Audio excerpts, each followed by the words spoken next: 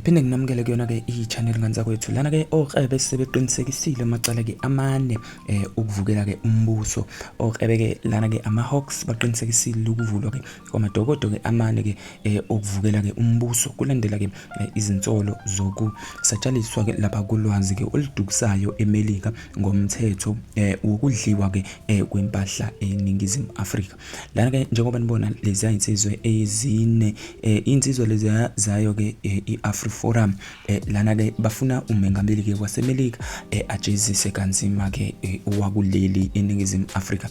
Lana ke kuthiwa ke inhlangano ke ezahlukene ke okubalwa ke kuzona ke namaqembu epolitiki zifaka ke izikhalo kulandela ke insolo zokuthi ke umongameli ke waseMelika uDonald Trump wadukiswa ke ngodaba lomhlaba.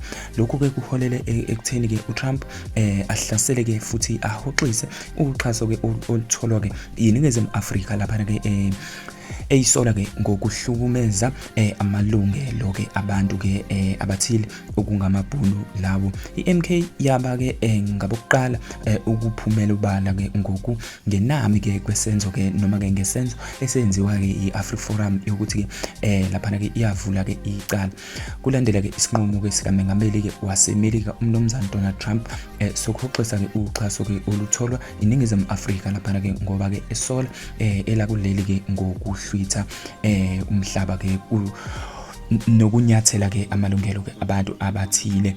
Umholi ke we-MK lapha ke eParliament uDokotela John Hlophe uthe lokhu okwenziwe yi-AfriForum kuyicala ke elibovu.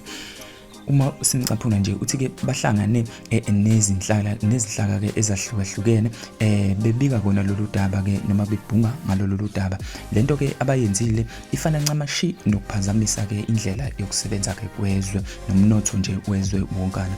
Uthi ke maningi amacala afana nalawo aseke athethwa lapho ke khona amajaji